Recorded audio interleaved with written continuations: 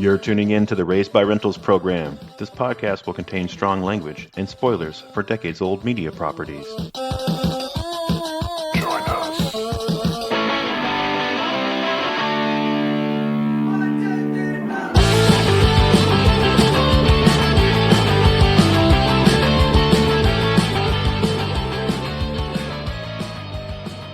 Welcome, everybody. This is the podcast where we examine pop culture franchises of the VHS era and improv new stories straight out of the blue and deep into you to imagine how we might improve our favorite movies, TV, and games. I'm Josh. I'm Mike. And we were Raised by Rentals. Mike, are you ready to go over the top? Oh, indeed. Are you ready to engage in the sweatiest, most homoerotic sport ever captured on film? Don't threaten me with a good time. Have you noticed that all the music in the 1987 Sylvester Stallone action classic Over the Top sounds like a porn soundtrack? I'm pretty sure that was by design.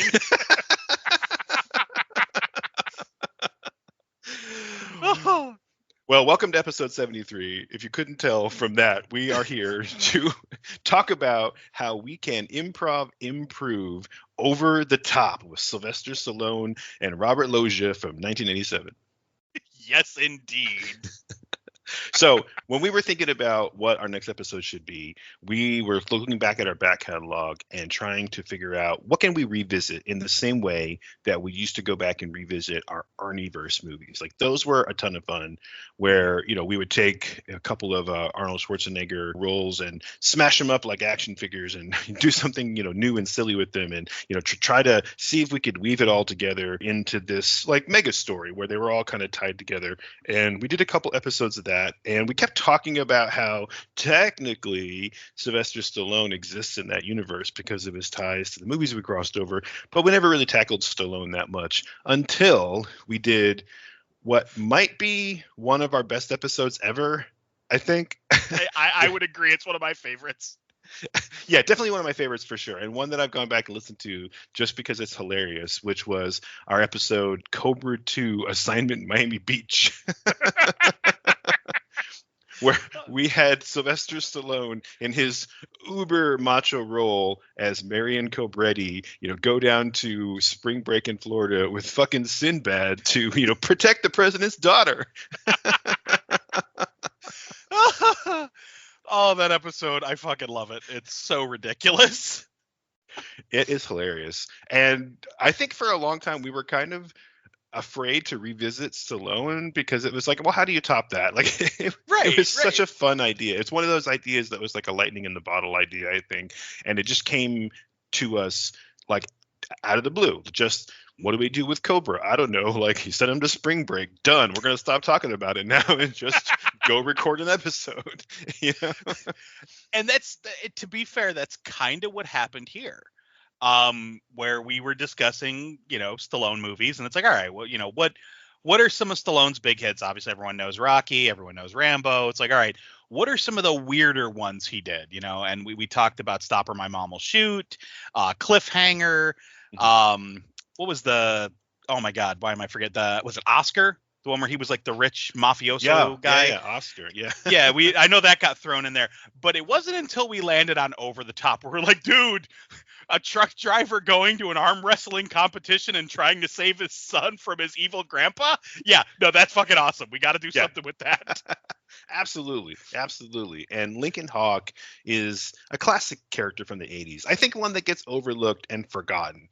But at the time, I remember being a kid in the late 80s and in the 90s, watching Over the Top all the time, and it would be referenced in pop culture. People would talk about it. Hell, they even have a cameo of the truck that he drives in the movie The Wizard that we keep bringing up on different episodes all the time, you know, with Fred Savage and Christian Slater and is it Bo Bridges? Anyway, the point is, I remember being a kid and seeing references of this in pop culture. You would see this phrase about things going over the top, and you know, my friends would do the little hand movement like in the air, like which. Right. To this day, it still seems kind of cheating, but I don't know. I don't know what the rules are of professional arm wrestling. I don't know shit about professional arm wrestling. Everything I know about professional arm wrestling is from this movie. Yes, and from the little bit of trivia I read on IMDb, apparently Lincoln Hawk was based on a real guy. I don't know. Sure, I just found that out today. So that leads me to believe that professional arm wrestling is a real thing and not just invented for this crazy 80s movie. But okay, we'll go with it. It's such a weird fucking movie. And like, okay, so you know what? Before we get into our actual improv, we got to talk about this movie itself. So Over the Top, for anyone who hasn't seen it, like Over the Top is a very strange story because you have Lincoln Hawk, who is the estranged father of, what was it, Michael Cutler? Was that his last name? Yeah, Michael Cutler. So basically, we never find out exactly why Hawk left his wife and son, but it's implied that his father-in-law had a lot to do with it, like chasing him away, thinking he was a loser, this, that, and the other. But it's never fully stated why Hawk leaves. So Hawk is, trying to stay in contact with his family. He's writing letters to his son all the time. But for whatever reason, mom and grandpa never give the son the letters. So his son never knows him. At some point, mom is dying of some kind of illness that we don't know what it is. It's something relating to her heart, but they never say. Like, one scene, she looks like a cancer patient. One scene, she's having a heart transplant or something. It's, who knows? But basically, mom's going to die. So she wants Lincoln and Michael to get to know each other. So against her father's wishes, she sends Lincoln to go pick up Michael for military school, and shenanigans ensue. So Hawk is fighting with his father-in-law and trying to get a bunch of money through an arm wrestling competition so he can start his own trucking company. And it's very oddly explained because, like, the movie just kind of kicks off with Michael at the military school and Hawk, like talking himself. He's like in a truck yard, like brushing his hair and like washing himself. And it's like, all right, this is kind of homoerotic right off the top. But then, like, he drives to the military school, and this scene, dude, I was crying. I had to pause it. So he's clearly, a blue collar kind of guy, but he's dressed up. He's got, dress pants on, a nice button down shirt. He goes to pick his son up, and every single fucking person he passes looks at him like he's just covered in shit. Like, they all look shocked, like clutching pearls. They're like, oh my Lord, a commoner. Like, it's so fucking ridiculous, and to quote the name of the movie, fucking over the top. Like, it's so stupid. It is. And I think that goes throughout the entire movie. Every time that Lincoln Hawk interacts with his son and his father-in-law's world, like, it's very over the top, and it's very like 80s rich guy, like driving limos and private jets everywhere. It's really over the top. Mustachioed henchman. Exactly. Like the classism is, like, very, very apparent. So yeah, it's weird how they just dive into this idea too, that he's a competitive arm wrestler because he just gets challenged in a random truck stop in a random spot on the highway, and he knows everybody. And it's like, I feel like in the 70s and 80s there was a bunch of movies that were really romanticizing, the lonely life of the trucker on the road. Like, there was a lot of movies about dudes in semi trucks, and this one is the strangest because, well, I mean, not only is it over the top with all the arm wrestling and everything, but it's weird because everywhere that he goes, driving all over God's land, he's constantly running into people that he knows. Like, everybody knows everybody at these truck stops all over, like, the Southwest, I guess. Right. And they all arm wrestle. For reasons. Yeah. To the point where at the arm wrestling competition, they mention some details.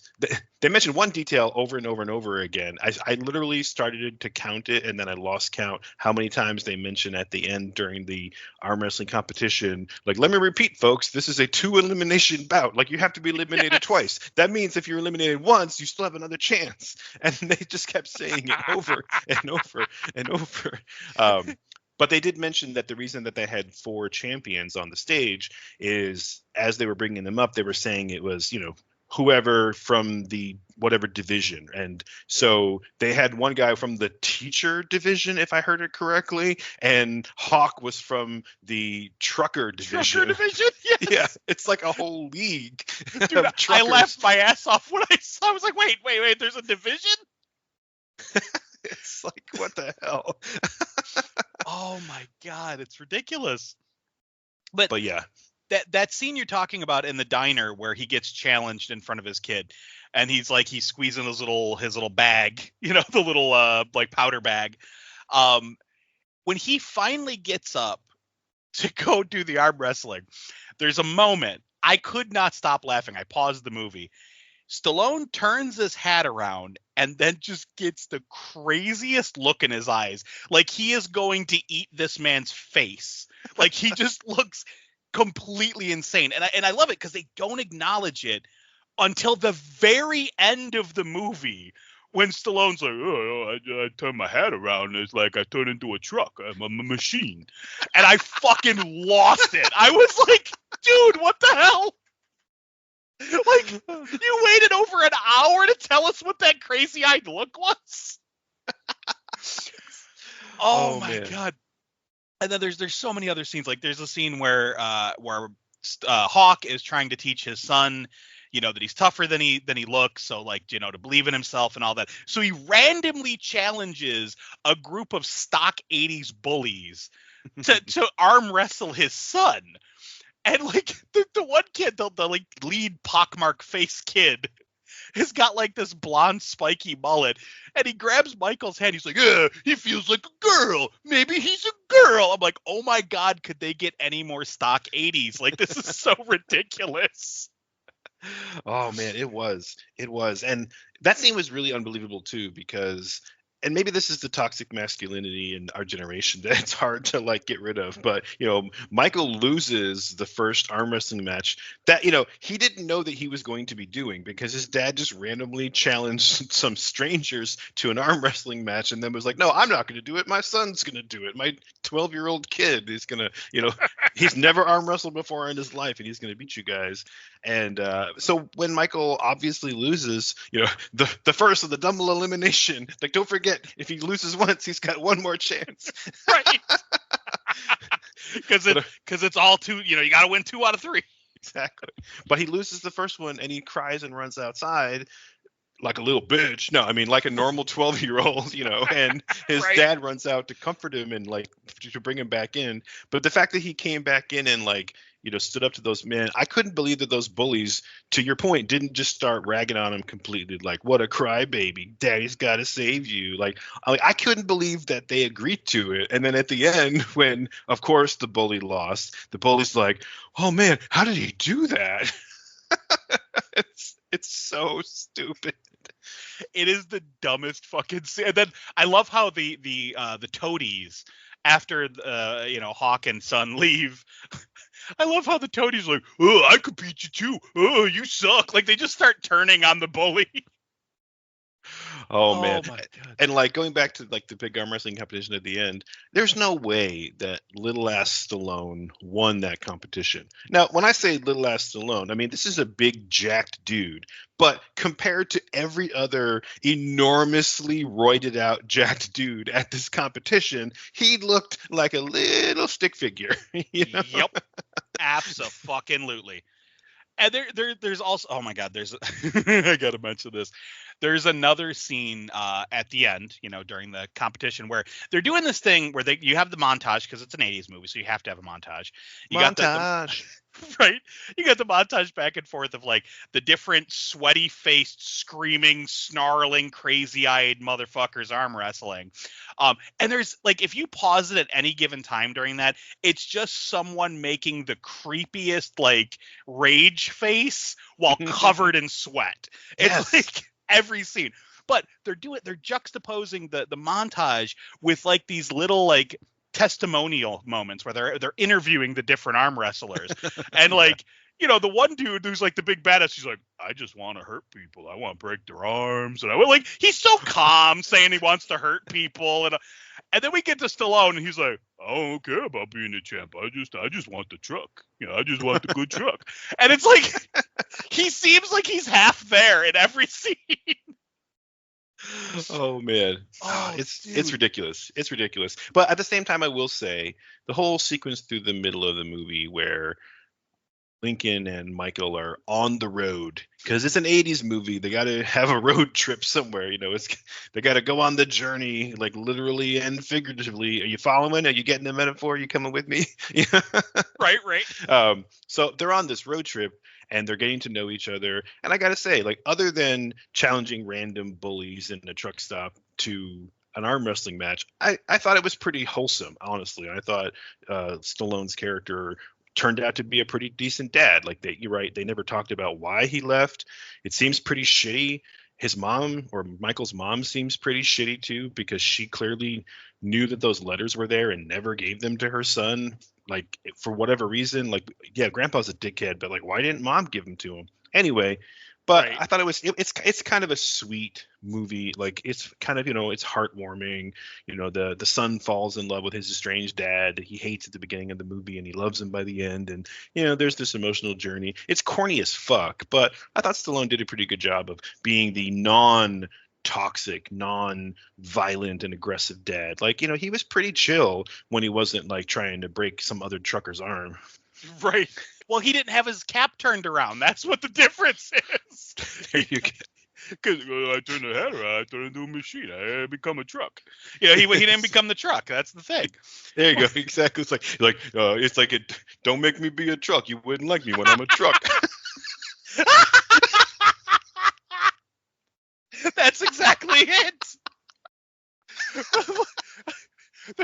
There's two things that I gotta comment on though that I couldn't. I fucking cracked up at.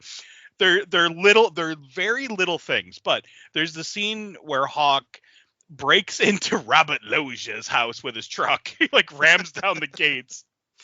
Now, this scene is like less than 5 minutes. He breaks in, he walks walks right into the house, he confronts Robert Loggia, he tries to get his son back. Suddenly the mustachioed henchmen like grab Hawk and hold him down. And not only are the cops already there, but they have a fucking helicopter. Like, you never see the helicopter. You just see the spotlight and hear the helicopter noises. I'm like, that was insanely fast. Like, are they next door to the police station? Because that was like 30 seconds and they were there with a chopper. Like, that's a little much. Yeah. It's an over-the-top 80s movie. Hey, we said the title again. Exactly. Yeah, there's a drinking game for people. How many times are we going to say the title during this? But God. The other one is that, what is it, John Grizzly or something like that. Whatever the Grizzly dude at the end, the guy in the green with the crazy beard. I love him. There's a scene where they call no attention to it. He is drinking a can of Valvoline oil. Like, and like at first you could say like, okay, he's just one of those weirdos that like has a can of oil that he cleaned out and he's using it for drink. No. They pan it out, like he holds it up so you could see the yellowy oil falling into his fucking mouth. It's like, why are you drinking motor oil? Like, that's why? What is the point of this? I know, it's just like the character Skank from The Wraith, who just drinks like transmission fluid to the whole movie for some reason. Yeah, but it's funny because watching Grizzly do that in the movie, every time I've seen it up till today, I've always just been like, oh, like he's just a badass. Look at that badass. Like he's drinking motor oil and gasoline. Holy shit. He's a machine just like Hawk.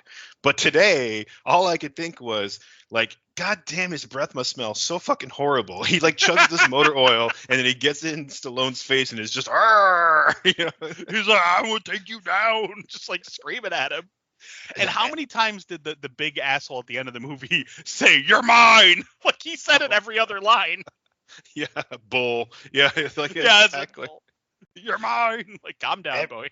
Every arm wrestler in this movie is just constantly screaming all the time, just grunting and growling and screaming and sweating and like beating themselves on the chest and eating their own cigars. It is so damn stupid, but it's hilarious. I know. It's like you watch the cast of Predator, which came out the same year as Over the Top. And in Predator, you see all these like jack dudes. And it's like just the machoest group of guys who have ever appeared together on screen. And then you watch Over the Top and it's just like a bunch of shaved apes. A bunch of shaved ape. That is accurate as hell.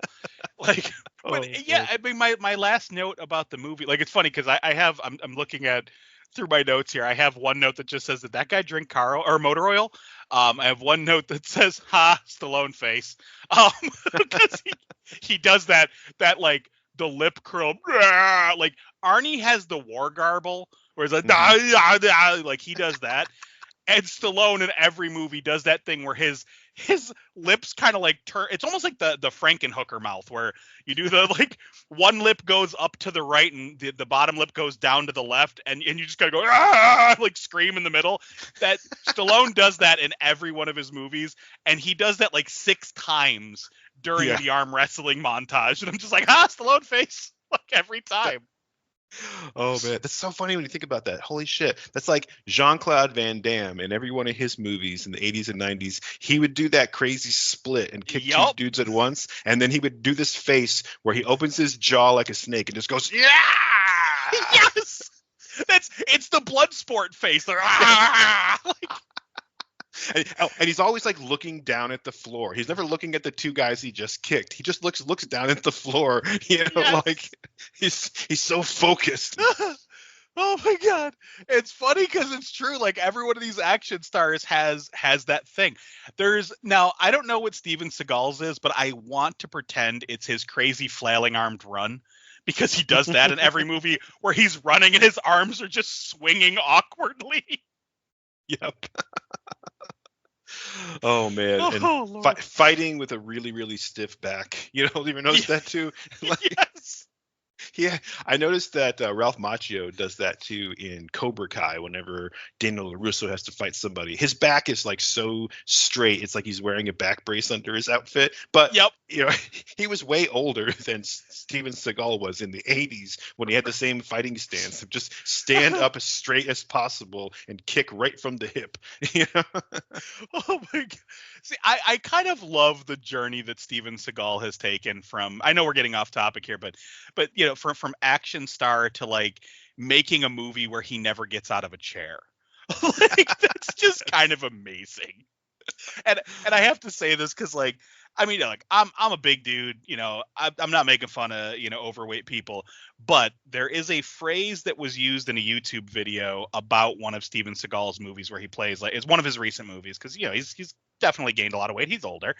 But they referred to him as coming around the corner fatly, and I lost my mind. I was like, that is one of the funniest ways to say that. And then, of course, you know, South Park constantly fucks with him where they were making fun of him for he thought he was badass and he was posting pictures of himself online, and then he was bitching about being made fun of. He's like, they called me Steven Saboom Boom, and they weren't stoked on me. I fucking lost it. Steven Saboom Boom. Oh Lord. But anyway. Woo. Okay, but anyway. So back to Over the Top. We've gone down our 20+ minute rabbit trail about the 1987 movie, but as I said at the beginning, when I was trying not to bury the lead, but that ship sailed 20 minutes ago. Yeah. But I was saying that we were going to try to do an improve, or maybe I said the word sequel. I don't know. It's been a really long time since we started this episode, and I can't remember. But yeah, so we're going to try to do a sequel to Over the Top in the same way that we did Cobra 2 Assignment Miami Beach. But instead of being Over the Top 2, this one's going to be Over the Big Top. Indeed. And that right there is why we decided to do this. Because that phrase was thrown out there. Where we were, I can't even remember which one of us said it, but at some point it was, you know, Over the Top sequel involving a circus, and it was like, Over the Big Top. There we go. That's it. That's the one. Yeah. And yep. So this is going to be interesting because I'm not really sure where this is going to go. Yeah, I mean, me neither. We tried to like throw a couple ideas out just to make sure that we had something besides a title that was, funny when we were texting each other like a month ago. But yeah, I don't really know where this is going to go. I think we're just going to have some fun with it. And I think what made Cobra 2 Assignment Miami Beach so fun is that we took this very serious character in this very, serious, grim-faced movie, and we just put him in this silly setting and, turned the gears and just watched what happened. And we were making it up, but it was like just, coming out of nowhere, and we were having a ton of fun with it. Introducing Sinbad was hilarious. And yeah. So I'm hoping we could just do something similar here. So yeah, the idea is we take Sylvester Stallone as Lincoln Hawk and his son Michael. They're still together, but now they're working for the circus, and let's just, see what happens, right? So well, yeah. So let's see. At the end of the first movie, Hawk obviously wins the arm wrestling competition. So he gets, what did they say, $250,000? Was that? I think that's what it was. Yeah. So he gets, it's so in 80s money, that's a lot of fucking money. Well, don't forget too that he also bet $7,000 on himself with 20-1 odds. So that's $140,000 also. That's right. So yeah, so he's got a nice little chunk of change. Plus he got a brand new truck, So and they were talking about making their trucking company Hawk and Son. They were gonna do the Equal Partners trucking company and all that, but. So we have to ask ourselves, like, how are they going to get from that ending to the circus? And I feel like it's kind of obvious. Like the obvious answer is, of course, Robert Loggia is not going to go down without a fight. Like he made it very clear that Hawk already signed over custody. He's going to have a legal battle on his hands. Yada yada yada. So what if that's it? Like we meet up with them. I don't know. Like how old would you say Michael was? Like 12? Yeah, he was 12. Yeah, he was 12 in the first movie. He mentions somebody like a truck driver having the mental capacity of a 15-year-old, which is only 3 years older than I am now. That's right. That's right. So okay, so yeah, that's perfect. What if we go 3 years in the future? So now he is 15. But it's years after the end of the first movie where all of these legal battles would have happened. So maybe Hawk does get official custody, like Michael is able to live with him. We get rid of Robert Loggia altogether, but they lost a lot of that money. So now it's like they're just they don't own their own company. They're just modest working folk, blue collar guys, and yeah, they took a job with the circus, traveling from town to town, transporting all the fucking like the Ferris wheels and shit like that. Like whatever you can fit in the back of the truck, like Hawk is going to be transporting. Yeah, and I think it would make sense if there was maybe a couple of truck drivers, maybe he's the head of a little crew, and that's kind of the company, his company, Hawk and Son, is him and like a couple of other guys maybe who are driving these trucks. And yeah, I like that. So it's like a modest version of what he had in mind. Yeah. So I mean, I still think that he turns out to be successful in the way that he was hoping to, just, maybe not as like, rich and successful, but successful nonetheless. Like they're living the life they wanted to live, owning their own trucking business. And yeah, we can kind of like open the movie with that, with like Lincoln and Michael, like in the cab talking, having like an exchange of dialogue that's designed just to bring the audience up to speed, with what's going on with them. And then we kind of pan out and we see them pull into this big opening outside of some little town in the middle of, like nowhere, Iowa or whatever. And they pull in, and of course their trailer has like, like you said, maybe some obvious Ferris wheel or some kind of a circus ride on it. And then there's another truck, pull in, like animal cages or whatever. So yeah, you kind of immediately we're going to set the scene that, oh, this is a circus. That's really cool. And, we can have a montage where they set the circus up, and we can, we'll see the animals. There's like a lion tamer and, elephant dancers, and there's like acrobats. And I think that sometimes people confuse carnival with circus, right, and amusement park. So for the purposes of just being on the same page, I'm thinking of when I'm thinking of circus in this case, I'm thinking of there's like a big top 3-ring circus. Like I said, there's, dancing elephants and acrobats and clowns and jugglers and, dogs that ride bicycles, shit like that. Maybe a couple of like midway sideshow kind of a thing, like a strong man, maybe a bearded lady, but like not super important. There's some animals that, they're both on display, but also like the lion jumps through a fiery hoop, that kind of a thing. And there's like games, like midway games.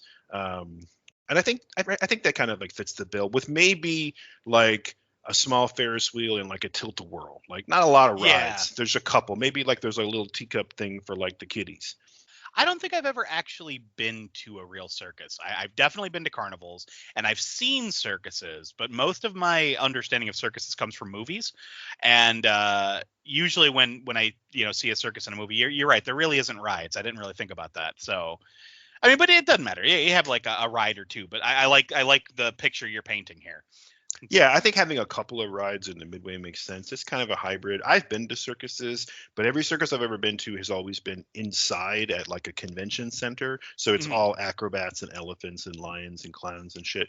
But if you're going to do the sort of classic circus on the road, then yeah, you're going to pull over on the side of the road in some town. And then that's why you can kind of have that little, it's like a carnival setting with like games and rides. So I'm thinking like a little bit of a hybrid of that. We have a couple of rides, a couple of games. Just what I want is I want there to be outdoor spaces for characters to move around and other people to kind of populate the movie, just so we can kind of have some characters. Because like we said in our last episode, where we weren't really sure where we were going, so well, fuck it, let's put some characters in there and let our stars kind of bounce off of it and see what situations arise. Yeah. No, I like that.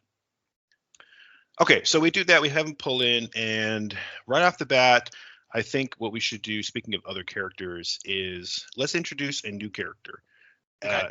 Who can be kind of a part of our main cast. Because as a sequel, you got to introduce somebody new to your cast. You got to add a new villain or a partner or whatever. Right. We did that with Sinbad in Cobra 2.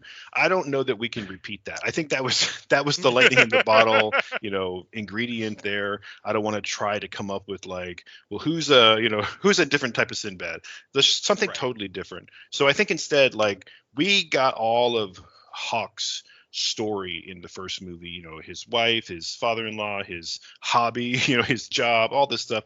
We don't know a ton about Mike other than, yeah, he was in military school and, he's really kind of pretentious and, fixated on health food and stuff like this. But like a lot of that is just him being programmed by military school. Right. So it'd be interesting to find out if Michael has any interests of his own. So we need someone for him to interact with, is what I'm thinking. Well, Like a friend or something. right. Well, I know like we did show a couple of times like in throughout the first movie that like clearly he has an interest in fitness and all that. Like you mentioned the whole the way he was kind of obsessed about health food. But like the two times like we see him really happy with Hawk early on is when he's working out. Like Mhm. when he's doing the workout before they get on the road, and then when he's doing like the arm workouts in the truck, like he's got this big old grin on his face. So like, this is going to be a circus. Like, what if he has an interest in like acrobatics or like something like that? Like he's something where it's going to be a very physical activity. So Yeah. maybe that's the thing. Maybe he's friends with some of the acrobatics there. Yeah, I think that's perfect. Yeah, I was definitely going down a road similar to that. I was thinking, let's just have him get involved in the circus and not just driving it around, because Hawk is clearly happy with just being like the roustabout, the stevedore, whatever. He's the guy hauling shit around. That's his job, his career. Is a 15-year-old kid going to be happy with that for the rest of his life? I mean, at first he was trying to get together with his dad. Now he's like a surly teenager, Right. Exactly. So I was thinking, yeah, he should get involved with one of the acts, like the animals or the clowns or something. But I like this idea of the acrobat. I think it makes a perfect sense for him because he's really fit. He's into fitness and exercise. So what if we do, let's just rip off, Robin from Batman and Robin and just have There we go. we just have a team, like a family of acrobats, instead of the flying Graysons, they're I don't know, we'll call them the flying sparrows. I don't know. There you go. The Sparrow family. There you go, the Sparrow family. Like they can fly. Yeah, that's perfect. That'll be on the banners. I like it. So do we want to either have him befriend, maybe the Sparrows have a kid his age, or should there be, I kind of like this better. Let's have it that he's got a crush on like the teenage daughter of the Oh, Sparrow yeah. family, but she's a little bit older than him, like a little bit too old for his 15-year-old skinny ass. Right. But like many of us, raging hormone teenagers, we're going to look at women that are a little older than us, being like, oh, she pretty. So it makes sense. And I also want to point out that their last name is Hawk and these people's last name is Sparrow. That's just kind of funny. I did not even realize that. I was just thinking of trying to replace the word Robin with another bird name. I was like, that kind of works though. It's the Hawks and Sparrows. I think it's great. I fucking love it. It's perfect.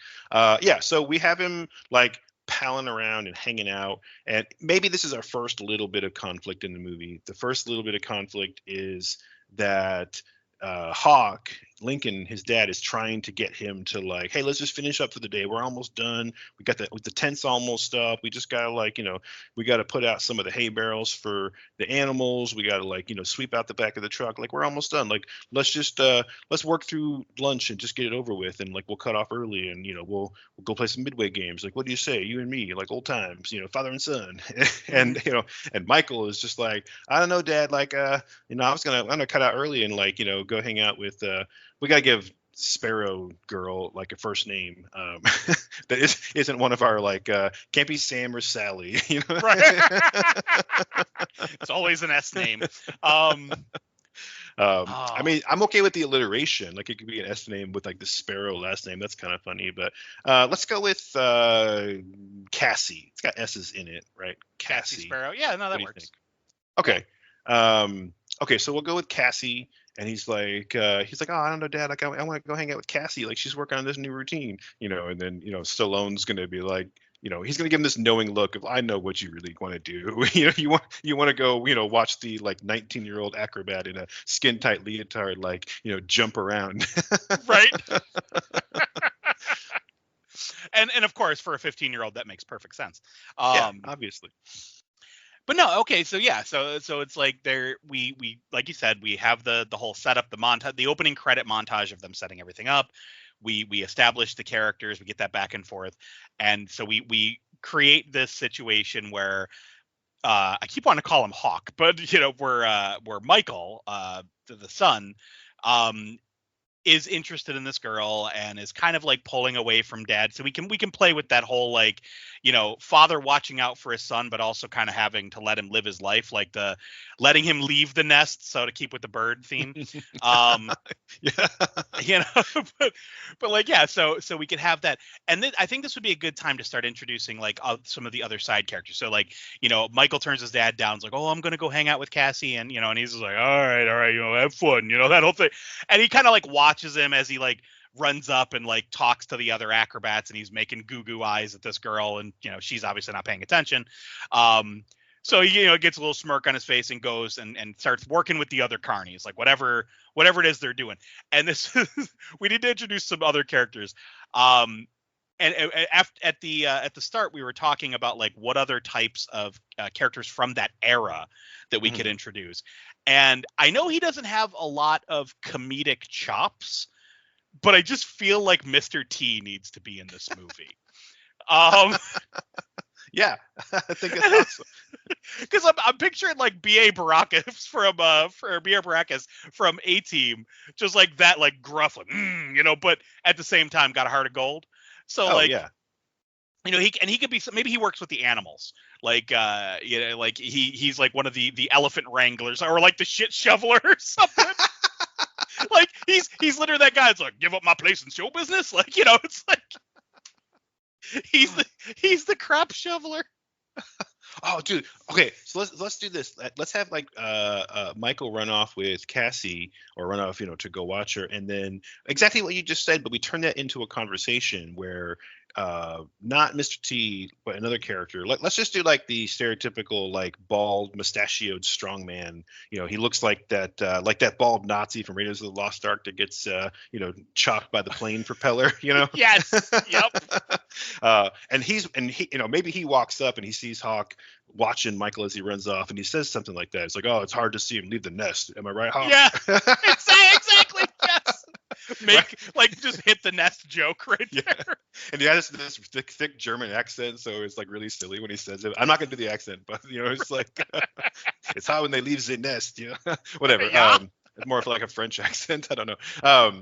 But yeah, and then he's kind of standing around talking like, well, yeah, it's been hard, the last couple of years on the road, again, kind of introduce some of the backstory, and we had Mr. T speak up and just say something, real like pity the fool kind of shit. It was just like, just a teenage boy sowing his oats, like yeah. I love that he sounded angry about it. Yeah. It's like every time he talks, it's like, yeah, exactly. He's always like mad, or he's trying to say something to somebody, and it's like they're not understanding him. Like he's like talking to like he's talking down to a kid, every time he talks. And so whatever, they have this little back and forth, and then we end the conversation with him, or Hawk or whoever's like, well, gotta get back to work, finish the job. And Mr. T turns, just like, well, this shit ain't gonna shovel itself.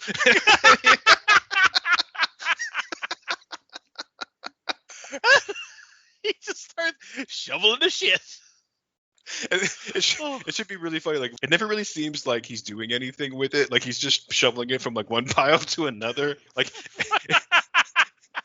it just make him this like recurring character where every time we see him, he's got some like sage piece of wisdom from Michael or Hawk, and then he just turns and like shovels shit from like one side to the other, like for no reason. Oh my god, yes, I love that. Oh my god. So we get through that. Now we need to introduce like some element of threat sooner rather than later, because much like the first movie, we got the grandfather threat within like the first 15 minutes, and then we also got the arm wrestling threat within that same time frame. So we should probably introduce something. So we had discussed briefly that we wanted some clown bad guys in here. So what are we thinking with the clowns? Yeah, so this is perfect. Yeah, again, just pulling the curtain back a little bit when we were chit-chatting ahead of time. For some reason, I kept picturing Mike Starr as a clown in this movie, right? So Mike Starr, for those who don't know, he's in Dumb and Dumber, right? He's the mafia guy who like goes after Jim Carrey, and when they do that whole like what's the most annoying sound in the world, like he's in that scene. But I think of him as the clown in Uncle Buck, and this is why I pictured it, because he's in one scene in Uncle Buck where he shows up to Macaulay Culkin's birthday party to be the birthday clown, and John Candy answers the door and thinks that he's drunk, and they have a little exchange that ends with John Candy like fucking punching him in the nose. Right. But I always just loved Mike Starr in that scene. I would wish that character had been revisited, especially in a John Hughes movie. He loves doing these like weird background characters that come back, and I really wanted him to recur. So I don't know why we kept thinking about bad guy clowns, and I'm like, oh, it's got to be Mike Starr. And then thinking about Mike Starr in like Dumb and Dumber makes me think, fuck, dude, like, it'd be hilarious if it was like a clown mafia. Yes. Fuck yes. Okay, yeah, no, I fucking love that. I like having him as like, the bruiser, or like the bad guy, because he plays great villains, and you mentioned that scene in Uncle Buck, and that scene is fucking hilarious, and he honestly looks kind of creepy as a clown. Like in that scene, he's a little spooky looking. He has almost like that hobo clown look to him. I think it would be fun if like these aren't clowns that are a part of the traveling circus. Like, right? What if it's like they pull into town, and as they're setting up, like a fucking tiny ass little clown car just vrooms into the little like dirt parking lot with like one of these a big fake like key winder on the back of it, Yes. And then like four like big fucking thugs in like polka dot outfits all climb out of this tiny car. Mike Starr is at the head of it, and they march into. So there's got to be like the ringmaster or the owner, the boss man, whatever. Like they're looking for the boss man because like you got to like pay your dues to the local clown mob. Okay, so we need to have the owner. Like, what about Leslie Nielsen as the owner? Like, I'm picturing like his character in Naked Gun, like how oblivious he is. Yeah. So like I just the back and forth I think would be hilarious. Like the clown's trying to shake him down for their cut, and he's just like, "Oh no, we already got clowns here. They're wonderful, like wonderful. They juggle. They pratfalls is great. You know." He's just like, and they're like literally threatening his life, and he's just like pouring apple juice or something. Like, "Oh, you want a drink?" You know, just like. Oh, dude. Okay, no, I love this. Okay, so back up for a second. The clowns get out of the little clown car, and like the wind is blowing like the dust, because it's like a dirt parking, lot. Like they tramp down a field outside of town. The dust is blowing. These four clowns are walking, and it's like from Reservoir Dogs, like shoulder to shoulder, right? Walking into the circus through like the little midway area, and then you see the other clowns who are already there, the ones who work for the circus, and they all have these like shocked expressions. The one guy takes off his like hobo derby hat and crumples it in his hands. Another guy does like 3 somersaults out of the way to like hide in a trash can. And it's like the clowns know what's going on, and they're all just gonna like whoop whoop whoop out of there. They're all gonna hide because it's the clown mafia. Exactly. They all know. Yes, exactly. Oh my god! I'm picturing the scene in Popeye when like Bluto comes in and like people are hiding. And, like... Yes. That's it. Oh man. So there's like it's like either like its own little tent or maybe like one of those like cargo crates. So what do you call them? Like those like a shipping crate? Yeah, like a shipping crate that's like an office, something like that, some kind of a small portable office. And the clowns walk, and you see Mike Starr. He stops and looks around. One of the other clowns like peeks up from behind a barrel. He looks like he's a rodeo clown. He peeks up from behind a barrel, and he just points with like one big giant finger, like that way, like in there. And Mike and the other, like, there's like 3 of us, Mike Starr plus 3 of them. So they walk in there, just like what you said, like Leslie Nielsen's in there, and he's just like, "Oh, hey boys, like, did you come to welcome us to town?" He can even be like, "Oh, it look like fine clowns, but we already got a bunch of clowns." Like, just kind of like, again, completely oblivious. And then maybe they tell him like, you can't set up shop here without paying us our cut, and have him being like, "Paying your cut? You're not even on the bill, or you're not even on the payroll. What are you talking about?" Like, just completely oblivious that these guys are shaking him down. Yeah. It's like they're like, "You got to pay us." He says that line about not being on the payroll, and then Mike Starr's like, "No, pay us our cut." And he's like, "What are you, sword swallowers? I already got 2 of those." Yes. It should go like back and forth, and then like have him like hold, maybe it's not apple juice, maybe it's like scotch. He like holds up a glass like scotch, and then have it like shatter in his hands, and have him like look down at it, and then cut back to like one of the other thugs holding a gun, but there's a flag sticking out that says "bang." But it somehow shattered the glass anyway. It still shot it, yes. And we're gonna do the motor oil thing. Like, we will never explain how that happened. It just happened. Oh god. Oh, dude, yeah. That clown is gonna be fucking Bobcat Goldthwait.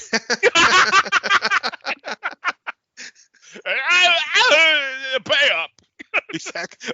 Or I can't do the voice, but he's gonna be like, it could have been your head. Like, yes, like, I'm a good shot. Wait, and didn't he already play? Did he play Shakes the Clown? Was that who? Oh shit, I don't even know. I need to look that up real quick, because I feel like Bobcat was in a clown movie. Shakes the Clown was. Yeah, Shakes the Clown. Oh yeah, you're right. Forgot about that. So yes, he can. There we know he's a clown. Perfect. Dude, I completely forgot this movie even existed. That's awesome. But I love it. Mike Starr was a clown. Bobcat Goldthwait's a clown. Okay, so let's just keep it going. Any other clowns we name in the movie? If they're like a character we need to give a name to, it's got to be like Bill Murray or somebody else who played a clown in a movie. Oh, dude, Bill Murray would be the greatest, like the straight man henchman. So it's like, if you have Mike Starr as the leader, mm-hmm. Bobcat is like the crazy enforcer. Like, with the gun. Bill Murray could just be like the sad smoking hobo clown that we never know what he's gonna do. Like, maybe he just keeps making idle threats. Oh, perfect, right? So this is perfect. We have, Mike Starr is like, he's like chewing glass because he's so angry that Leslie Nielsen isn't like getting the point. Bobcat threatens him, basically saying like, I could have shot you in the head. Like, I didn't have to miss. Like, I'm a good shot, but Right. in his crazy, voice. And then you have Bill Murray, who the whole time, like, he walked in the door and he sat down like in the, on the windowsill or something and was just like smoking a cigarette, like you said, and then have him walk over to Leslie Nielsen, like crook a finger at him, like, come here, leaning close, crooks a finger at him and leans over. He's like, it would be a real shame if something would happen to one of your entertainers. And then they just walk out, Yes, perfect. so yeah, so like, and that's the thing, like maybe Hawk and some of the other carnies and stuff, they see, the clowns going in there. They have no idea what's going on. But like as the clowns are going back to their little clown car and we see the other carnies like scattering, like, this is like Hawk's introduction to, okay, these guys are bad news. So we kind of get the idea like that Hawk is onto it, but he doesn't know what's going on just yet. Mm-hmm. So to your point, you had said something's going to happen to the entertainers. So these guys are obviously going to try to take somebody out. I don't think we want to go straight forward and have them like go after Mike or Hawk. They need to go after some of the entertainers. And you had mentioned the whole the acrobatic family. So what if they go after the Sparrow family, like doing some kind of like death-defying, like trapeze stunt or something like that? And what if they like sabotage that? So it's gonna attempt to kill one of their star performers. Yeah, I think that's great. Yeah, we do exactly that. We cut over to like the Big Top. This is like a couple of hours later. The sun has gone down. Big Top's full of townspeople. We have the ringmaster come out and make some announcements about like over in this ring, we've got I don't know, Sadie the Dancing Elephant, and over here, we've got I don't know, like, Flamey the Fire Eater or whatever the hell. I can't think of the name. Right. And sorry, the ringmaster, he's got to be John Lovitz. Like from League of Their Own, John Lovitz, like, abso-fucking-lutely. And over in this ring here, we have the death-defying Sparrow family. Yeah, exactly. And then like you hear like the trumpet blares and like the spotlights go up and you see Cassie, and it's like Cassie and her mom and dad, and I don't know, like maybe there's like an older 20-something-year-old boy, or they've got like a monkey or something. They got a monkey.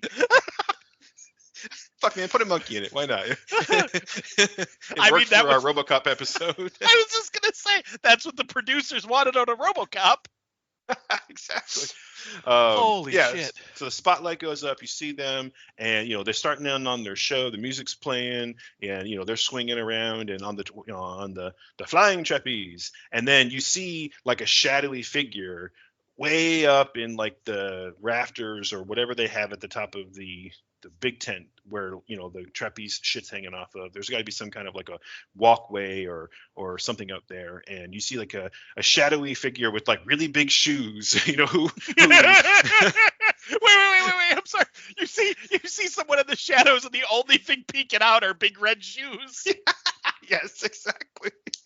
Oh god! and then he reaches out, like his hand out of the shadow again, like big, like a white glove, and it's got to be like a comically large, like plastic looking knife, like or like a big oversized pair of scissors or something. Yes, there you go, the big oversized pair of scissors, and he like cuts one of the ropes, and then you see like the camera pans down, and it's like and now for like the final act, like young Cassie will attempt her first, triple midair spin or whatever the hell the moves are called, like the first time doing the big dangerous spin, and she goes to catch the trapeze, and because like one of the lines was cut, it's like shit goes sideways, it's swinging crazy, the parents are screaming, maybe one of them falls into the net, the monkey just screeches and disappears. Or I'm sorry to cut you off, but like it should be the final act, like you said, the final thing, which they would do the whole like Daredevil thing where they take away the net. Ooh, so if she falls, she would die. So yeah, so like they make the big deal about like and now the young Sparrow or young Cassie Sparrow is gonna do the death-defying no net triple Lindsay or something, whatever. Yeah, the triple Lindsay. Had to throw that in there. So yeah, so she goes to do that. Like you said, you have the clown cut the line. So when the trapeze swings back and she grabs onto it and puts weight on it, the line pulls and it snaps, and then she's swinging all over. To your point, the crowd's freaking out. She's quite a bit up above the ground. Like she ain't gonna make it if she hits the ground. And then we could do something like have Michael freak out because obviously he has a crush on her, and run out and try to save her. And maybe he proves his athletic prowess here and shimmies up the fucking pole where the platform is and climbs maybe grabs a hold of the rope and starts pulling her up and saves her. Gets her up off the falling trapeze, and as she's dangling from the broken rope, and pulls her up to safety, and the crowd goes wild, and of course the clowns aren't happy. Yeah, totally. And because it's an 80s movie, we got to go totally over the top and have him be really good at acrobatics, out of nowhere. Yeah. I didn't even notice it this time.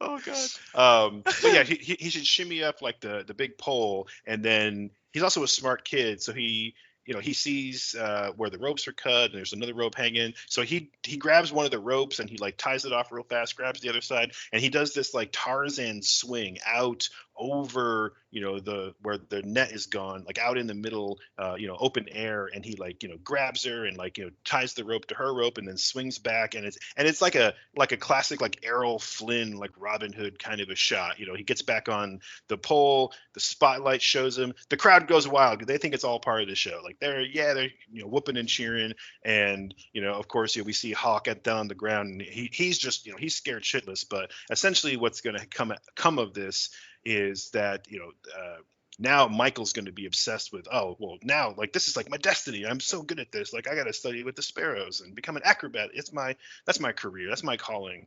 That's fucking perfect. So yeah, so like you said, Michael is oh yeah, this is my destiny. I'm going to become, part of the Sparrow Troop or whatever.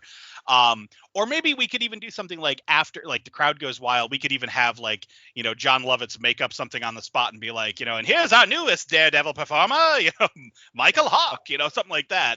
And oh yeah, the death-defying Hawk, the sparrows, right? Yeah. Exactly. So yeah, so we could maybe have we could cut from that to Michael all excited and jumping around oh my god, did you see me, Dad? You see? He's oh, it was pretty dangerous though. I don't know if I feel okay with you doing that. So we have to have the scared dad excited son moment. It's but Dad, I was out there, I did it on my own. It's he's freaking out, excited. He's oh, there's a lot of trouble, so I want you to fall.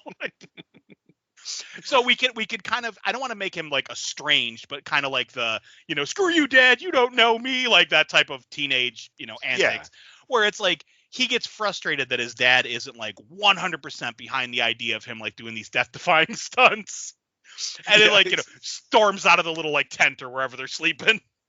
Yeah, exactly. And maybe, Hawk goes out for a little midnight stroll, and there's some really terrible 80s music, and while he's having a soul searching moment, and then you got to have Mr. T randomly be there and be let the boy follow his dream, and then start shoveling shit. Yes.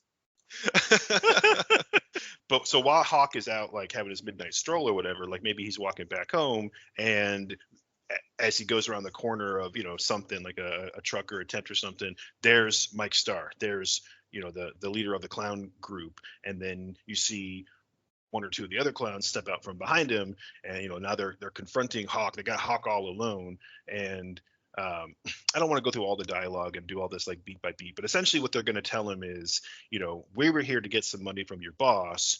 We were trying to teach him a lesson. Your son messed that up. So your son cost us all that money we were going to get from your boss. So now you owe us that money. Oh, okay. And maybe or maybe he could even say something. He's either you pay up, or now it's your son that owes the debt. Something he's going to threaten his son, right? And then maybe Hawk fucking swings and punches Bobcat, just oh, you threatened my kid, just punches it, and he's falls backward. And then we could have see Bill Murray actually jump into action. Maybe he's like a lot stronger than he looks, so he like grabs Hawk and like holds his arms back, and then we see the shadow, right? The shadow like cast onto like the side of the tent or whatever. We see Mike Starr, like, you know, maybe he's smoking a cigarette and he flicks it, and then we see him like hauls off and goes to punch Hawk in the gut again, all shadow. But when he hits him, it goes, huh?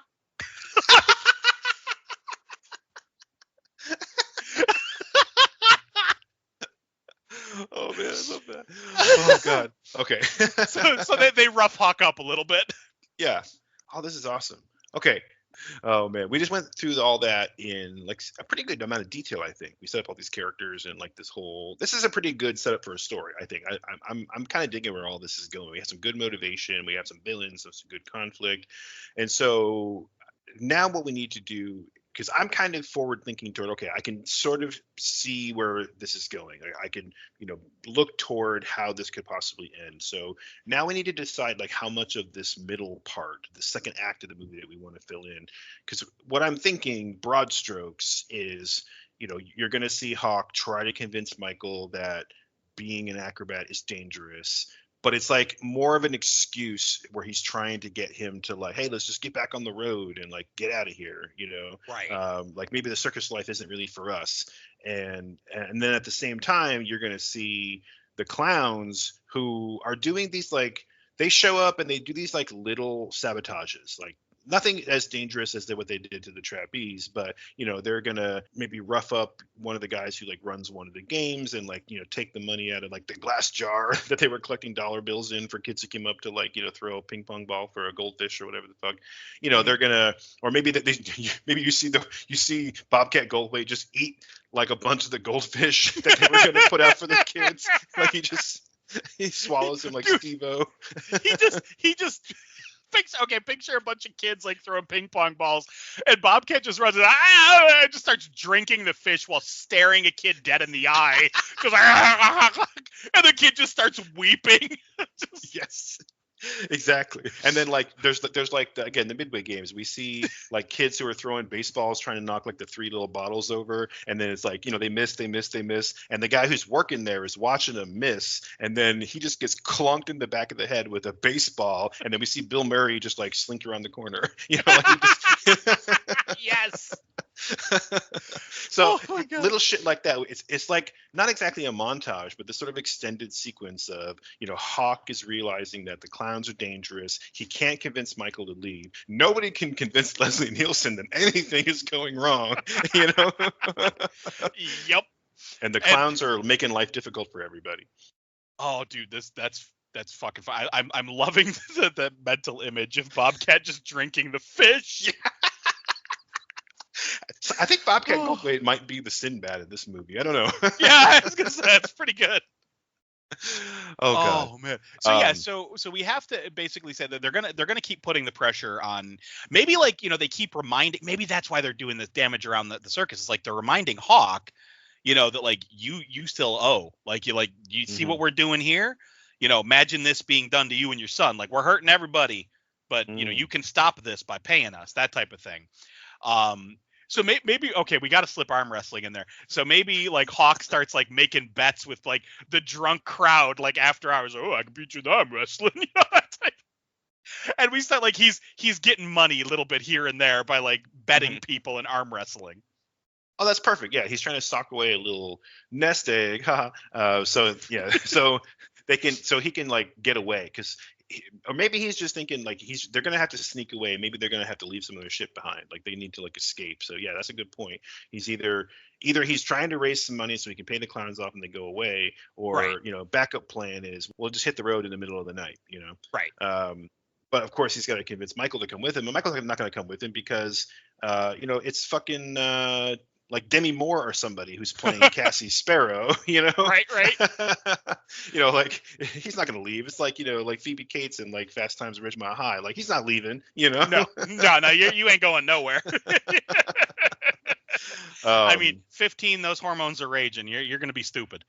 Yeah. So Oh yeah. Oh, and maybe he could even show that, like, we can have him talk to his dad and be like, "Oh, Dad, I'm doing so good. Like, did you see me last night? And look, Mr. Nielsen, like, he's giving me a bonus, and he's got all this money, And of course, Hawk's gonna like, oh, put that away. And then he like looks around all nervous, and sure enough, like there's Mike Starr or Bill Murray, one of these guys, kind of in the crowd, who just gives him this big evil like Joker grin, And so it's now he's like, oh fuck, like it's getting worse and worse because there's no way Mike's gonna leave. He's got this hot girl that he's like getting to like get really physically close with every day. He's making Right. money. The clowns aren't gonna let him leave. He doesn't want to leave his son, so he's kind of stuck there, and like nobody's listening. And maybe at one point we can have him go to Leslie Nielsen, go to the boss man, and be like, hey, like this is what's going on. Like I gotta tell you the truth. Like these clowns are trying to shake us down. You gotta go to the police. Whatever. My accents always turn into like either French or like a bad mafia guy. Oh shit! But of course, Leslie Nielsen's going to be like, "Clowns? What clowns? I got 6 clowns on the payroll. Which one's causing you trouble?" Like he's not even listening to him. Right? It's like just completely oblivious as per usual. Yeah.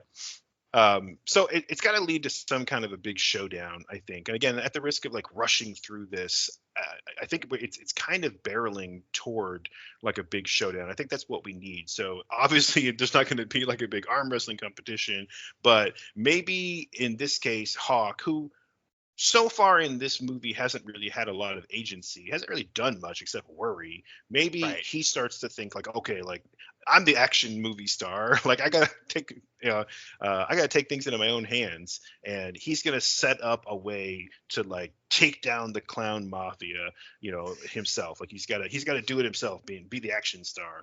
Right. Okay, so let's see. We know that the clowns are they're hanging around the circus. They're causing hijinks and problems for everybody. Only Hawk is paying attention to know what the clowns are doing, and maybe the clowns that Leslie Nielsen actually employs, because they know of the clown mafia and are terrified of them. Yeah. But like very few people seem aware of this. So like there has to be. I'm trying to think of how we would get to the point, like he's to your point, he's got to do something to like get back at them, because we need them to up the ante. We want the bad guys to like make it a life or death situation. Right now they're just causing harm and hijinks. What if, like, I don't know, I don't know if we want to have it like as like do the Robert Loggia thing again, where Hawk goes and confronts them, because we already kind of had them confront him and they beat his ass. So it's like, I'm a little stuck. Where do we want to go? I think we can put that together with what I was saying in terms of like having like a showdown. Let's start with after Hawk tries to talk to Nielsen and fails to convince him to do anything about it. He decides he's going to go to the clown guy. So they've been hanging around a lot, so he doesn't even really need to find him. He just goes out to like the parking lot or whatever, and sure enough, there they all are, like standing around smoking.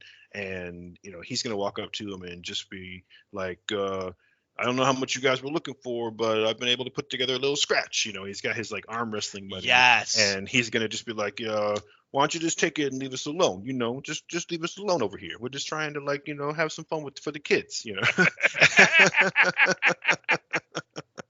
And of course, Mike Starr is gonna walk up to him, take the money very aggressively, like snatch it out of his hand. He's gonna hand it over to Bobcat to start counting it, or whoever, and he's gonna look Hawk dead in the eye, and be like, ain't enough. And I know I can't do the dialogue offhand, but he's going to say something along the lines of, that boy of yours, he sure is making a lot of extra bank these days with that new skill he's got and those new, the new family he's got, kind of drive that home too, like the new family he's got. And, of course, so they're happy to just take his money, because why wouldn't they? They're criminals. They don't give a shit. But now they're just going to keep the pressure on, because now they want that death-defying Hawk money out of him too. Like they're not going anywhere. Like this is a cash cow. So yes. This is where Hawk's gonna he's gonna get real serious. And again, I don't know what he's gonna say to the clowns necessarily, but the idea is that he's gonna say, okay, fine, you're gonna fuck with me, I'm gonna fuck with you. So now he's gonna start becoming more active, and he's gonna like enact a plan to like take down the clowns. And so, we could do what they do in a lot of 80s movies where like, let's make a fortress out of the big top, like in Home Alone or, whatever, like we're going to make a death trap out of the circus. And then Hawk's going to goad these guys into his fun house. Nice. Okay. Yeah.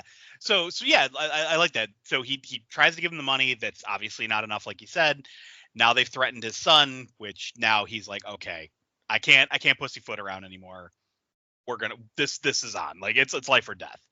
Now do we want to involve like the other carnies? Like do we want to have the strong man and like Mr. T and all that involved in this setup, or like or do we want to do something where it's like, Hawk tries and maybe the clowns, like, because they have they have all these connections to the other clowns, maybe they know about the traps and everything fails and like the clowns get the upper hand. Oh, okay. Let's do both. Let's do a little bit of both. I would love to do the 80s, like we're building something montage. Yes. I always picture like Ernest Goes to Camp when that comes up. Yep. But I always think of Revenge of the Nerds when they clean the house. Yeah, exactly. That's exactly what it is. So we don't even necessarily have to have Hawk go around and talk to everybody. We just see in this montage that he's talking to the strong man, he's talking to, the lady with the dogs on a little miniature bicycles, whatever. And it's like, you see him like pointing over there and like, he's pointing at a piece of paper with like plans on it. And it's like, you see him recruiting everybody. And then, they're swinging hammers and, tying up ropes and climbing ladders and all this like generic bullshit. Like they're doing something, they're setting something up. Like obviously he's enlisted to set up traps. And then of course, at one point we stop the music and, he's like talking to Mr. T, whatever his character is. And he's like, you think maybe you could, move this elephant shit like out of the way, like we're trying to work here, and just have Mr. T be like, this is some important shit. Like, shit, shovel of work never done. Exactly. And then it's like, okay, all right, let's just leave that alone. But that's gonna be like, let's make that like Chekhov's shit, like, right? Let's that shit's gonna come back. Yeah, exactly. So we do this whole montage thing. He's setting something up, and then it's the same thing where he's gonna, now it's nighttime, everyone's gone home. The clowns are hanging around outside as they typically are, and Hawk comes out and he's like, come on inside, I got your money inside, like whatever. He's kind of goading them to go in. Then Mike Starr, whoever's gonna be like, oh yeah, real smart. Like we're gonna walk into your fun house of booby traps, and then you see something inside the tent that was supposed to be a booby trap. Like I don't know, it could be something as silly as like buckets of water, or like something swings down like the tree branch thing in Predator. One of the things they set up, it just goes off and nobody's there, and Hawk turns around all surprised, like what the hell? And then you see one of the clowns with the circus who runs out of the big top tent, the guy who looked like a rodeo clown or whoever. And it's like, he runs away all guilty. Like he set off the trap because he knew about it. He was spying. And now he's going to run over and like join the clown side because, he's a big pussy who's afraid of the clown mafia. Nice. Oh, I'm trying to think of like what actor that would be. Yeah, I don't know. That's like the little Weasley dude. But no, like, okay, so yeah, I think that we should do, like, we should show some of the traps. Like the one that keeps coming to mind is just like setting off a bunch of balloons, like gunshots, to like scare people. But I don't know how you would do that exactly, but I don't know, it just keeps popping in my head. So yeah, so do we want to have it though after hours, or do we want to have like, the big final scene like during a show? Yeah, it could maybe be during a show. Maybe he sets it all up before the show starts, thinking that he's gonna like trick the clowns into coming inside the tent, because they're there to pull their pranks and mess with people like they've been doing. Like they're there to rough people up. So instead, right, Hawk's gonna try to, oh, come on in here, like I got your money inside, whatever. They're not gonna buy it. The clown guy is gonna like betray him, and then maybe they do walk in the big tent and like, oh, like real fucking clever booby traps. You're gonna like drop oil and feathers on us or whatever. It's like, right, he's kind of pointing it all out, and then say something real ominous, like oh, the crowd will be here soon. It'll be a real shame if somebody were to get hurt with one of your booby traps that you set up in front of everybody, all these people, and it's almost like they're going to threaten him, like, you're the one who set this stuff up. We know about it, and now the whole town's going to show up for the show tonight, and someone's going to get hurt, and it's going to be your fault because we didn't set up all these booby traps. That was you. Okay. Yeah. So, all right. So I feel like, again, we're kind of coming to the end here. Yeah, I think so. But like we need to have something where they're going to put Michael or Cassie or something. We're going to put people in danger, basically giving Hawk no choice but to fight him. I think we can just push the envelope right here. Like, we have the big crowd of people come in, Hawk's watching the clowns, watching the people. He's real nervous. He sees Michael up on the trapeze with the sparrows, and it's like everything's kind of going normal. The clowns aren't doing anything, but they're just like in the crowd, and Hawk is on like high alert. He's super nervous. And so maybe he sees one of the clowns go to do something, like, again, to go set off one of his traps, and there's like or maybe he does. Maybe they set off one of the traps where it's like pop all the balloons, scare a bunch of people, but then the clown laughs and they all think it's funny. But of course, Hawk is like, okay, that one wasn't that dangerous, but like the next one could be, And right. So then another one of the clowns sets off one of his traps, and this time somebody's about to get hurt. So Hawk just hauls off running, slow motion, making the Stallone face. Exactly. And he dives and he jumps on the person who was about to get hurt, and the clown kind of tackles him to the ground. And then now the whole crowd is looking at him. They put a spotlight on him, and he's like on the ground, like fighting with a clown. Like everybody's like, they gasp in horror. Like, how could you? But at the same time, we see Mike, and he's pissed, like, you're beating up my boy. So he's just going to be like, fuck this, get him. And then we see there's other clowns, not just the 4 that we've seen so far, but there's like a whole bunch of clowns. And they go and they grab like Cassie and Michael, and they push the other sparrows like off the trapeze into the net just to get them out of the way. So now they've got Michael and Cassie like way up at the top of this big top, like, I don't know how many 100 feet in the air, however tall it is. And, Hawk's down on the ground. So Hawk's going to like try to fight his way to go rescue his son and Cassie, but he's also got to get through this whole crowd of like thousands of people who either think that he's an asshole and they're trying to stop him, or they're just like running in panic. Like, I don't know. Maybe we set off a gun or something to kind of make people, run and scream in fear and get the whole crowd, going nuts. Okay, you know what? Let's back up. So we're gonna go back to, like, we're gonna still do everything you said, but like, go back to when Hawk was confronting the clowns in the first place, and like the clowns are in on it, and maybe we could have Mike Starr here talk about, like, my boss isn't too happy with what you've been doing here, like kind of like implying there's worse things to come. And just basically, like, if you don't pay up by the end of tonight, like, you're gonna regret this. And then have again Hawk think like, oh, I still got him, I got these traps, and then of course everything gets set off and everything that you said happens. But at the end, like when Hawk is fighting these clowns, Mike Starr could, to your point, like, he gets Cassie, he gets Mike Hawk gets them, and he, like, maybe he fires his gun up into the ceiling, or up through the top of the tent, and that's what scatters the crowd. Okay, yeah, there you go. So the crowd's like, everyone's screaming and running away, and we could pan over and have Leslie Nielsen just like sitting in his little trailer as people are running by screaming, and he's just like listening to music, drinking a scotch or something, just completely oblivious. Exactly. Or he hears all the screaming and screeching, he's like, oh, sounds like we're having a fun night tonight. Yeah, exactly. And he's listening to like Copacabana or something, just dancing around. This is good, right? So the crowd is panicking. Hawk is like trying to fight through to, like, get to his son or whatever. I don't think that the clowns would be in a hurry to just kill Mike and Cassie. Like, right. They're still trying to like get something out of Hawk, like money, or maybe they want him to work for him. Fuck, maybe they could even say that, the boss hasn't been too happy, but hey, maybe there's something you could do for us. Like, you're a big tough guy, we can find some work for you to do, something like that. Right. just again, it's one of those plot holes where it's like, why did villains in movies always just hold people hostage until they can be rescued? Just fucking shoot him in the head and be done with it, you know? Exactly.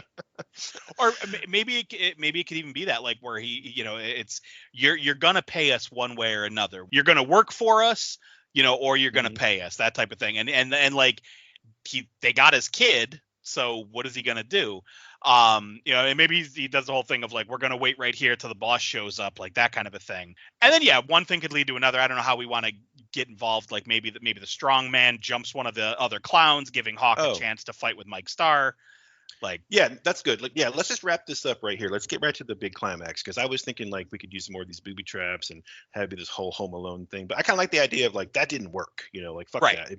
So yeah, I like this. It's the other people from the circus who had been helping Hawk, like you said, the strong man. They kind of all rush the clowns, like they're sick of this shit too, because they've all been getting like picked on and tortured and beat up for like days, right.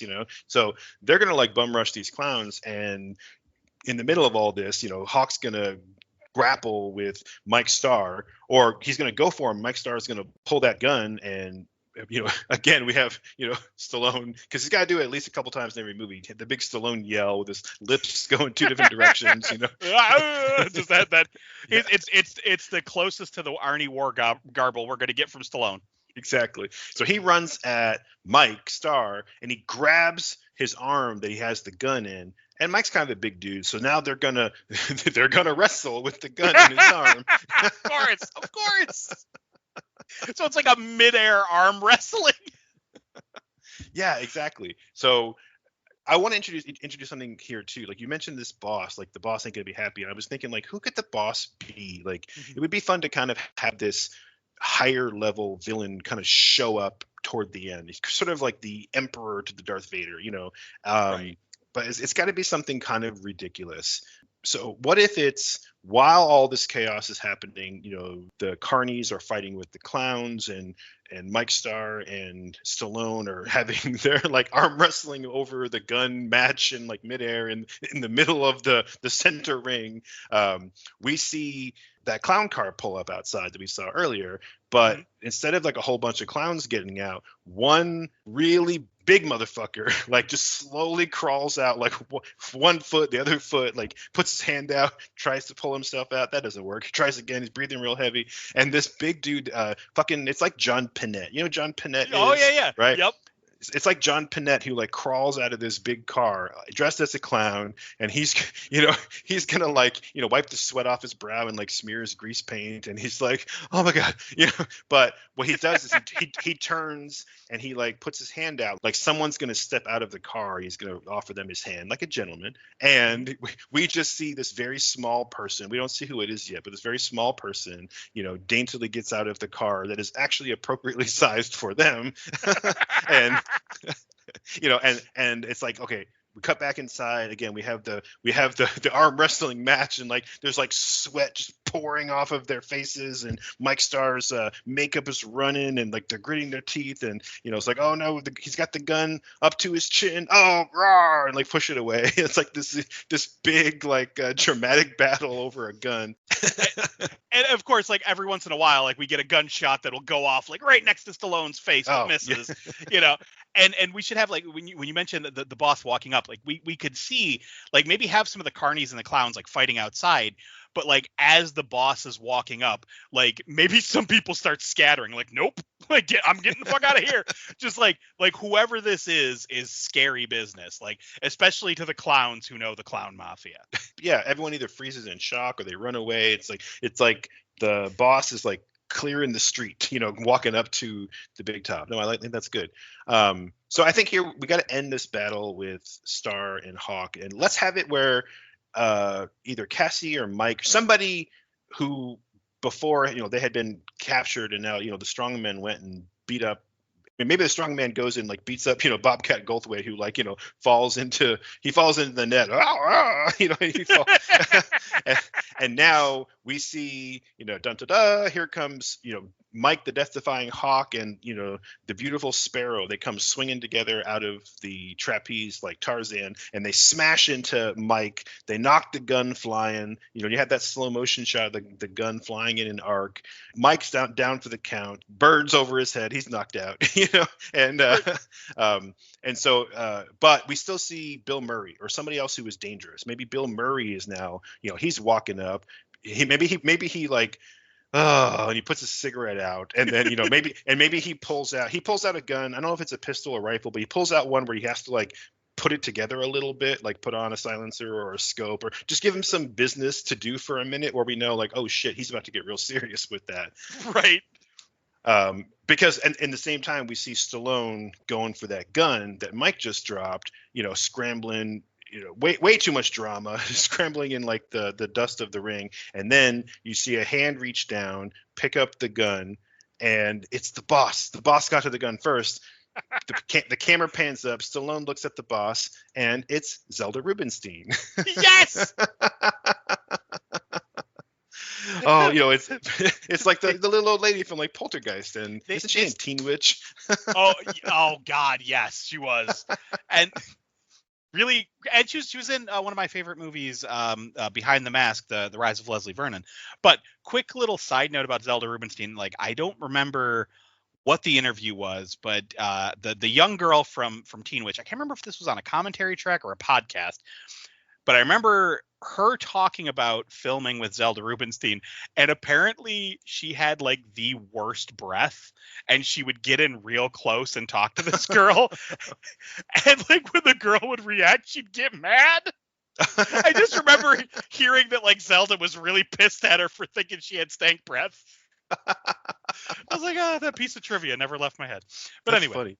Yeah, and of course Zelda Rubinstein is like the boss of the clowns. So, but she's also older, so she has to be dressed like a like a Harlequin clown or like a Pagliacci character. Like just all in like white and black with like those like black pom poms and like a dunce cap kind of a thing. You know what I mean? Absolutely. Yeah, and I don't know what she's gonna say, but she's gonna hold the gun on Hawk and have some one-liner about how like the jig is up or whatever. Right. This tent is clean. No, I'm sorry. But oh shit, no, forget what I said about Mike and Cassie flying out of the rafters. Like, let's save that. Let's just have Mike and Hawk go down with the gun, and then Hawk wins, knocks Star out, goes to get the gun. We see Bill Murray coming, putting his little weapon together. Then Zelda comes in and like grabs the gun, and points it at Hawk. And now it's like, well, shit. Like, now who's gonna like stop her and save Hawk? Right. Well, we got to figure. We're gonna have to take out Bill Murray, because if he's like in the rafters or something, putting together like a rifle, like. Yeah, that's why I was thinking like let's hold off on having Mike and Cassie swing down to rescue Hawk, and instead like let's have them have some agency. Let's have them take out Bill. Maybe they swing down and help out, down on the ground. Like, let's let them come to the rescue instead of just being like the damsels in distress, And also kind of proving to Hawk that his son actually is competent at 15, Yeah, there you go. Okay, so we have Zelda, going off about like how he's really interrupted her business, and she didn't want to have to take matters into her own hands, but maybe she even says something like your son is very talented, he's gonna fetch a high price, like he's gonna be working for us now, that type of thing, and maybe be like we offered you a job, but that that ship has passed or something like that. Yep. And then like out of nowhere, so while this is happening, we could have Bill Murray like finish putting together his rifle and like training it on Hawk, and then maybe have to your point, have Mike and Cassie like maybe they tackle him and like knock him out of the whatever platform he's standing on, like into the safety net, that type of thing. Like, so take him out. But Zelda has the gun on Hawk still. Just have Leslie Nielsen come up, like he's got a cigarette hanging out. He's like, anybody got a light? He's like, oh, is this one of those novelty lighters? And just grabs it out of her hand and shoots the tip of his cigarette off and be like, oh, And while that's happening, we have like Zelda's kind of shocked because now she doesn't have a weapon and she's face to face with fucking Lincoln Hawk, and he just does the the Stallone face like, and like punches her, through the fucking tent. Like, she goes flying like Reagan's mom in The Exorcist when she gets backhanded and just flies, goes through the tent and lands in Chekhov's shit. Yes. like literally like legs sticking out, like kicking. She's buried in the elephant shit. Yeah, perfect. I knew that we could do something with that shit. Have Mr. T be like, I told you it was important. Yeah, exactly. This is important goddamn work. Oh man, no, this is funny, right? And then we just do that thing where, you know, some like soft music starts playing, and or like some victorious like 80s like rock music starts playing, because, you know, it's pre-grunge, and you know, some kind of like hair metal kind of a thing. And then you see that scene where, you know, the cops are there and they're rounding up, you know, the cops are kind of arguing over who's going to pull Zelda out of the pile of elephant shit, you know. And then we see Hawk and Cassie and Michael kind of all walk off to the side, you know, to have their little denouement, like heart to heart, like as they always do. And of course, the lesson here is, you know, that Michael's found a place of his own, and, you know, like this is his new family. Like, you know, he can really do this. And yeah, he's only like 15, but I feel like in an 80s movie, like, am I wrong? But like, wouldn't Hawk just like hit the road and like leave Michael to his like new life? I kind of feel like that's what would happen. Abso-fucking-lutely. You know. Yeah.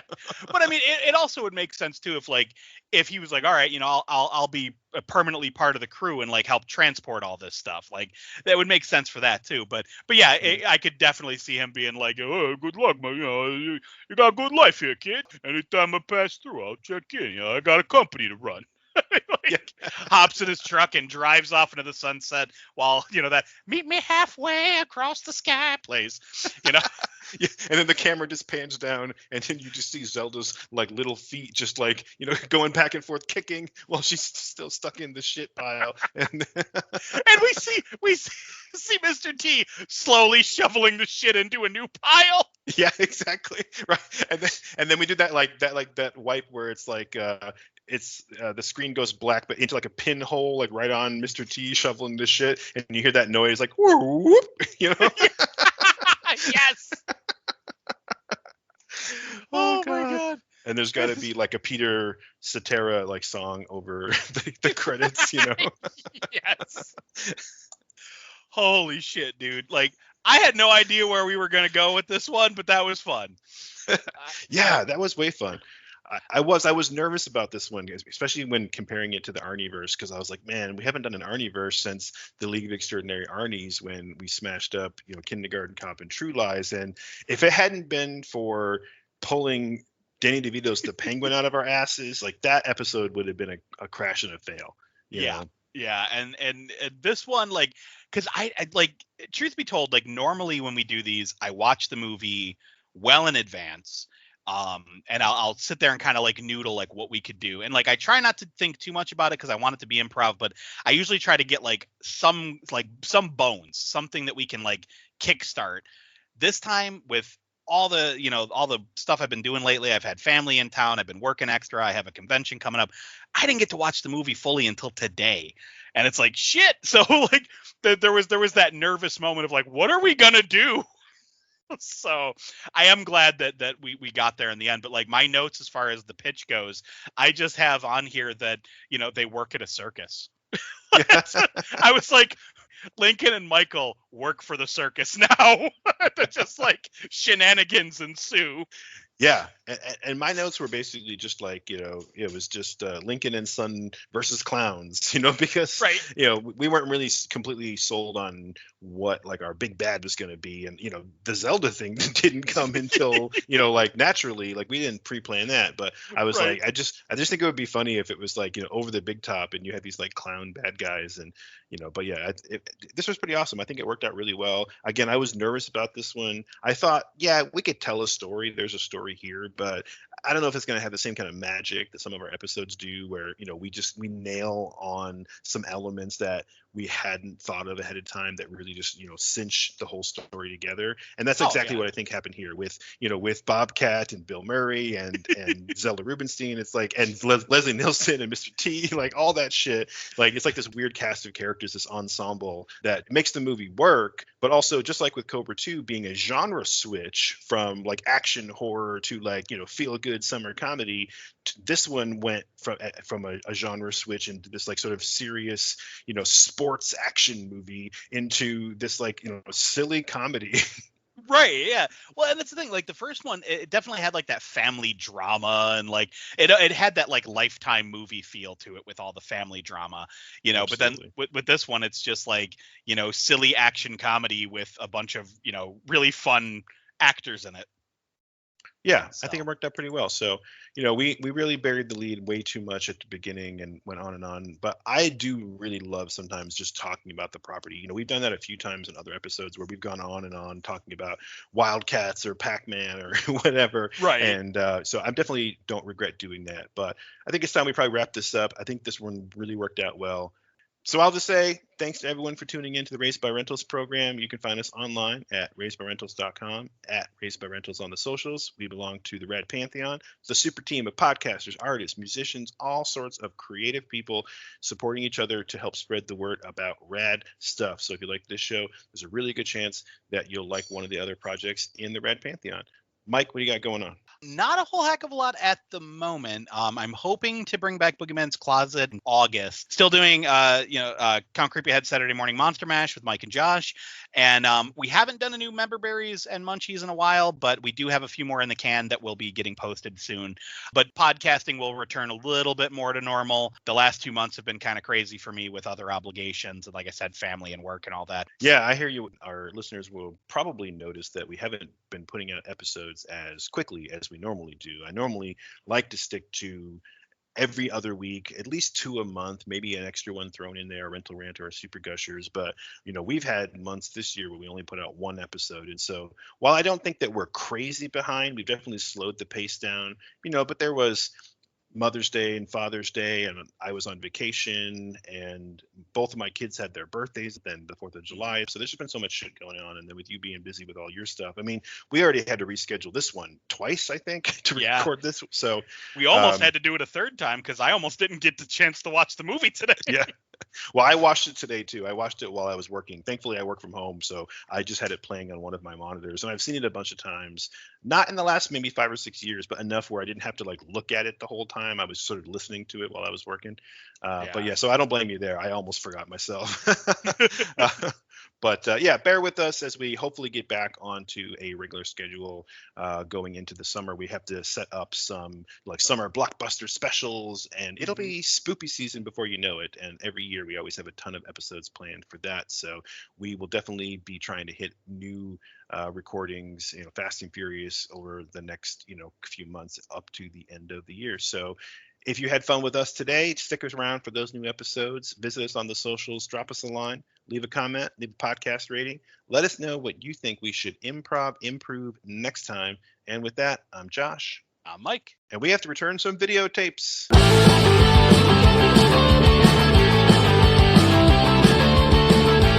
Raised by Rentals is a member of the Rad Pantheon Network. Visit radpantheon.com to support rad stuff. The theme music is Forbidden Fruit by Velvet Bethany. You can purchase music and learn more at velvetbethany.com.